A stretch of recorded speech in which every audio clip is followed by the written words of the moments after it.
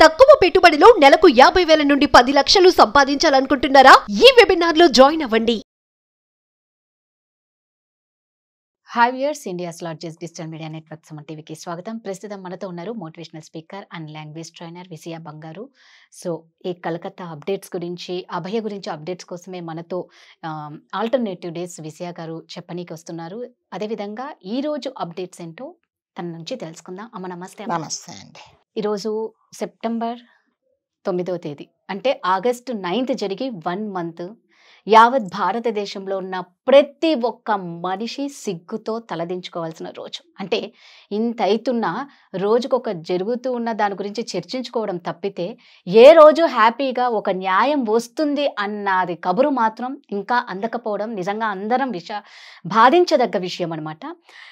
So దీని గురించే ఈరోజు యాక్చువల్గా ఒక ట్రయల్ కూడా సుప్రీంకోర్టులో కేసు నడుస్తుంది అభయ గురించి అని అంటున్నారమ్మా. ఒక ఆడియో లీక్ కూడా వచ్చింది బయటికే అన్నారు. సో అందరూ అనుకోవచ్చు ప్రతిసారి ఏదో ఒక లీక్ అని చెప్తూ ఉంటారు, మ్యాటర్ లేదు అని. దయచేసి ఇప్పుడు చెప్పే దాంట్లో ఉంది ఈ ఆడియో లీక్ ఎలా వచ్చింది బయటికి, అందులో ఏముంది అనే దాని గురించి విజయ గారిని అడిగి తెలుసుకుందాం. అమ్మ చెప్పండి అమ్మా. సో మీరు చెప్పినట్టుగానండి, ఈ రోజుకి దురదృష్టకరమైన సంఘటన జరిగి వాళ్ళకి నెల. మనం అందరము అంటే ఇంకా ప్రాణాలతో సగం చచ్చిపోయి సగం బతికి ఉన్న రోజు ఈ సంఘటన ప్రతి ఒక్కరికి మన ఇంట్లో జరిగిన ఆడబిడ్డకులాగే మనం అందరం బాధపడుతున్నాము. జరిగిన రోజు నుంచి ఈ రోజు వరకు కూడా మనం అందరం పోరాడుతూనే ఉన్నాము. న్యాయం జరిగేదాకా బాధితురాలి కుటుంబానికి న్యాయం జరిగేలాగా మనం అందరం పోరాడుతూనే ఉంటాము కూడా తప్పకుండా. సో ఇది ఏంటంటే ఒక ఆడియో రిలీజ్ చేశారండి. National broadcasting and technology secretary Amit Mallya గారు ఒక ఆడియో టేప్ రిలీజ్ చేశారు. ఆ ఆడియో టేప్లో ఏముందంటే ఈ అమ్మాయి ఎంత బాధపడింది, తనను కావాలని ఎంత హరాస్ చేశారు అనేవి కొన్ని మెసేజెస్ ఉన్నాయి, కొన్ని క్లిప్పింగ్స్ ఉన్నాయన్నమాట.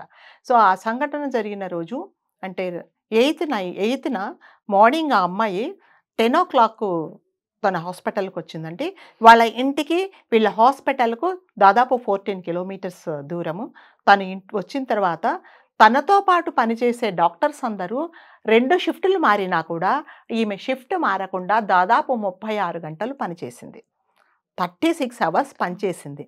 చేసి అలసిపోయి 10:30కి తనతో ఆల్రెడీ అంటే ఎవరైతే ఉన్నారో వాళ్ళతో భోజనం చేసింది. అయితే ఇంతకంటే ఈ సంఘటన కంటే ముందు ఈ అమ్మాయిని ఏం చేశారంటే ఈ అసిస్టెంట్ ప్రొఫెసర్ ఒకరు చాలా హరాస్ చేశాడు. ఎలాగంటే జనరల్గా ఈ మెడికల్ స్టూడెంట్స్ థీసిస్ సబ్మిట్ చేయాలి. ఆ థీసిస్ సబ్మిట్ చేసినప్పుడు వాంటెడ్లీ మిగతా స్టూడెంట్స్ని అందరినీ యాక్సెప్ట్ చేసి అందరు ఇచ్చిన రిపోర్ట్ యాక్సెప్ట్ చేసి ఈమెది మాత్రం యాక్సెప్ట్ చేయలేదు. తను ఎంత పర్ఫెక్ట్గా చేసినా కూడా యాక్చువల్గా తను చాలా బ్రిలియంట్ స్టూడెంట్. అది చేసినప్పుడు తను అడిగింది, సార్ ఇంకా ఏమన్నా కరెక్షన్స్ ఉన్నాయా అంటే ఇది అంత కాదు, ఇది మొత్తం మళ్ళీ నువ్వు మళ్ళీ ప్రిపేర్ చెయ్యి అన్నప్పుడు సార్ నా పాత రిపోర్ట్ ఇస్తారా అని అడిగింది. జనరల్గా ఇప్పుడు ఎలా ఉంటుందంటేనండి, ఎవరైనా సరే ఒక తప్పు మీ రిపోర్ట్ బాగలేదు, నీ రిపోర్ట్ తీసుకెళ్ళిపో మళ్ళీ తయారు చేయమంటారు. అట్లాగే తను అడిగినప్పుడు ఆయన ఏం చెప్పారంటే ఈ రిపోర్ట్ నీకు ఇవ్వను, నా దగ్గరే పెట్టుకుంటాను మళ్ళీ చేయము. ఆమె అడిగిన ఉద్దేశం ఏంటంటే తను దాదాపు 100 పేజీలో 200 పేజీలో రిపోర్ట్ తయారు చేసినప్పుడు అట్లీస్ట్ ఒక 2-3 పాయింట్లన్నా తనకు దొరికితే మళ్ళీ రీసెర్చ్ చేయకుండా so that she can save some time అనే ఉద్దేశంతో అడిగినప్పుడు అతను ఖరాఖండిగా నేను ఇవ్వను, ఇలాగే ప్రతిసారి 4 సార్లు అడిగావంటే నీకు మార్క్స్ తక్కువ చేస్తాను ప్రాక్టికల్స్ అని ఆమెను చెప్పాడు. చెప్పినప్పుడు ఇంటికి వెళ్ళి చాలా బాధపడి తండ్రికి చెప్పింది, నాకు ఎందుకో ఇలా జరుగుతుంది, మరి నాకు అసలు వెళ్ళబుద్ధి కావట్లేదు అని చాలా బాధపడింది అనమాట. ఆ తండ్రి అంటే ఏమంటాడంటే పెద్ద అమ్మాయి అయిపోయింది, తను ఒక మెడికల్ డాక్టర్, మేము ఎక్కువ అడగలేదు, తనని అన్నీ అడ్జస్ట్ చేసుకుంటే ఎందుకంటే తన యాటిట్యూడ్ అంటే చాలా స్ట్రాంగ్గా ఉంటుంది తను అని చెప్పారనమాట. సో అట్లాంటిదంతా మనసులో పెట్టుకొని అమ్మాయి ఒక 2 రోజులు ఈ సంఘటన జరగబోయే 2 రోజుల నుంచి షీ వాజ్ సో మచ్ అప్సెట్లో ఉందన్నమాట.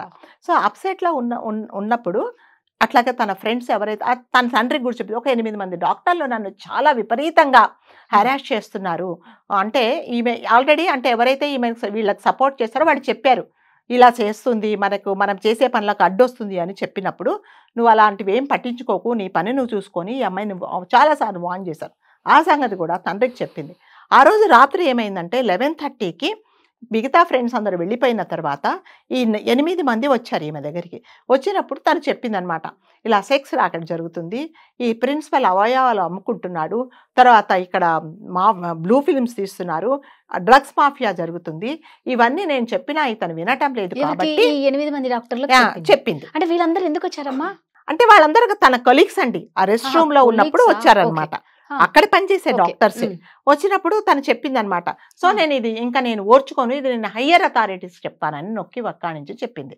అయితే ఎప్పుడేనండి రాజుగారు, మన చుట్టూ ఉండేవాళ్ళు మన మంచి కోరుతారు అనుకుంటాం కదా, అందులో ఆల్వేస్ మన మంచి కోరుకుండే వాళ్ళు ఉండొచ్చు, ఉండకపోవచ్చు. అందుకని ఆ అమ్మాయి ఏమనుకుందంటే, వీళ్ళు అంటే ఎన్ని రోజులు తనను సతాయించినా కూడా ఈ విషయం చెప్తే వాళ్ళు మారతారని తను చెప్పినప్పుడు వాళ్ళు చాలా వ్యతిరేకంగా, అంటే ఎంత వ్యతిరేకించారంటే చాలా భయంకరంగా, ఇంకొకసారి ప్రిన్సిపల్ గురించి ఈ హాస్పిటల్ గురించి నువ్వు తప్పుగా మాట్లాడద్దు, ఏం చేసినా నోరు మూసుకొని ఉండు అని చెప్పినప్పుడు తను చాలా ఆర్గ్యూ చేసినప్పుడు ఏమైందంటే, ఈ నలుగురు ఈ అమ్మాయిలు అంటే 4 మేల్ డాక్టర్స్ 4 ఫీమేల్ ఈమెను విపరీతంగా కొట్టారు.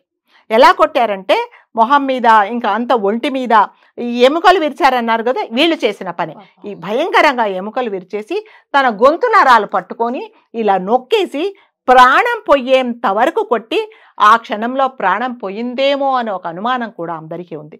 వదిలేసి కిందికి వెళ్ళిపోయారు. వెళ్ళిపోయి ఏం చేశారంటే, ఈ మనం ఎవరైతే చెప్పుకున్నా ఆ సంజయ్ రాయత్ అని పిలిచారు.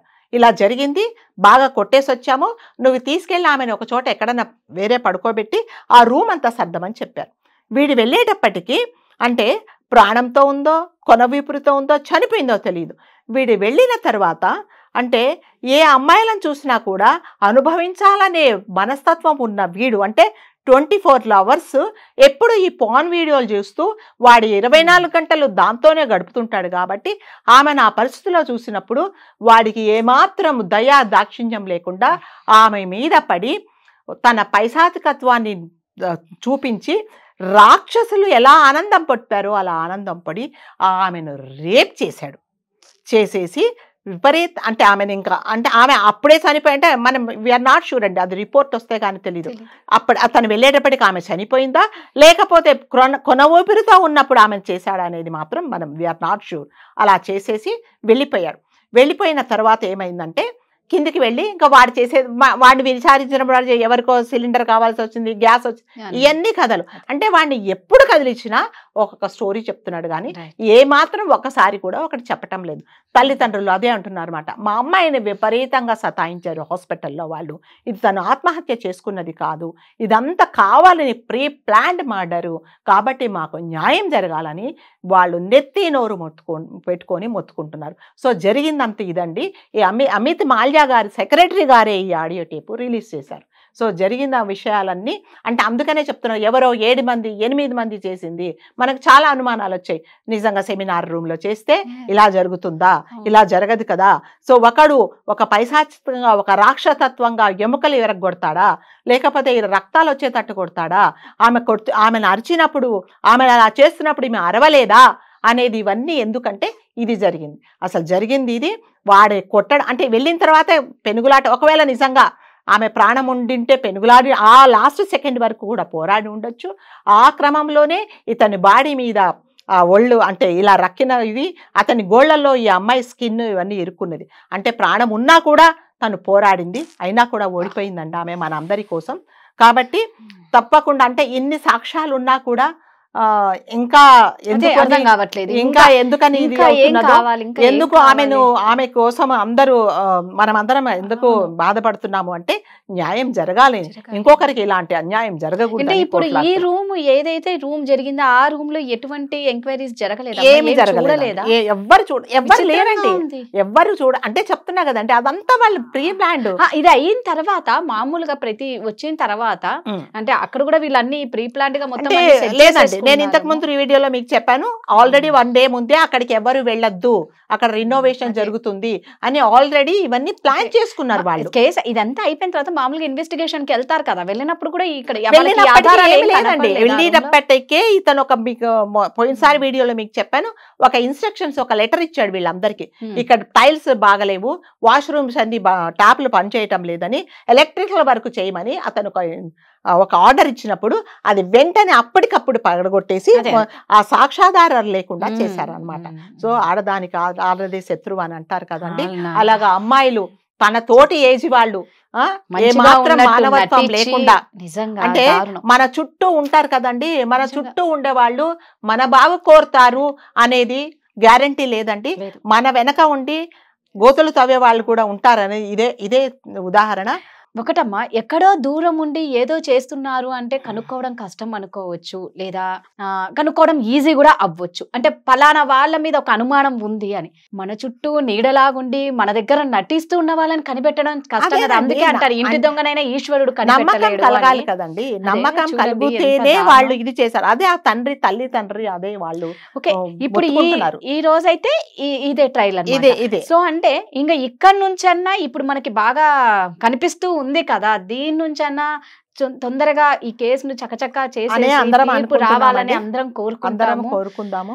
తప్పకుండా అందరము, అంటే సంఘటన జరిగిన రోజు మరుక్షణం నుంచి ఎంత స్ట్రాంగ్ గా మనం అందరం ఉన్నామో ఇవాళ కూడా అలాగే ఉంటాము. వచ్చే అంటే మనకు న్యాయం, అంటే బాధితురాలికి న్యాయం జరిగింది అని మనం అందరము నమ్మేలాగా తీర్పు వస్తేనే తప్ప మనము ఇదైతే వదిలిపెట్టేది లేదు. తప్పకుండా ఆమె వైపు మనం అందరము మనం ఫైట్ చేయడానికి రెడీగా ఉన్నాము. ఒకటే మనం కోరుకోవాలి, బాధితురాలి తల్లిదండ్రికి ఆ భగవంతుడు ఆ ధైర్యాన్ని ఇవ్వాలి అని మనం అందరం కోరుకుందాము. ఆ అమ్మాయికి తప్పకుండా న్యాయం జరుగుతుంది. భగవంతుడు ఎప్పుడైనా కూడా కొంచెం లేట్ కావచ్చేమో, తప్పకుండా మనకు ఆ అమ్మాయికి న్యాయం జరుగుతుందని మనం అందరం కోరుకుందాం. సో ఒకటే అండి, మళ్ళా చెప్పుకునేటట్లు ఆ డాక్టర్ అమ్మ తల్లికి ఆత్మశాంతి చేకూరాలని, ఆ పేరెంట్స్ కి కొండంత ధైర్యాన్ని బలాన్ని ఇవ్వాలని ఆ భగవంతుని కోరుకుంటూ, ఎటు తిరిగి ఇందులో ఏ ఒక్కరు కూడా శిక్ష నుంచి తప్పించుకోకుండా, ఎంతటి పడాబాబులైనా రాజకీయ నాయకులైనా సరే ప్రతి ఒక్కరికి శిక్ష పడాలని భగవంతుని మనస్ఫూర్తిగా కోరుకుంటామని. నమస్తే.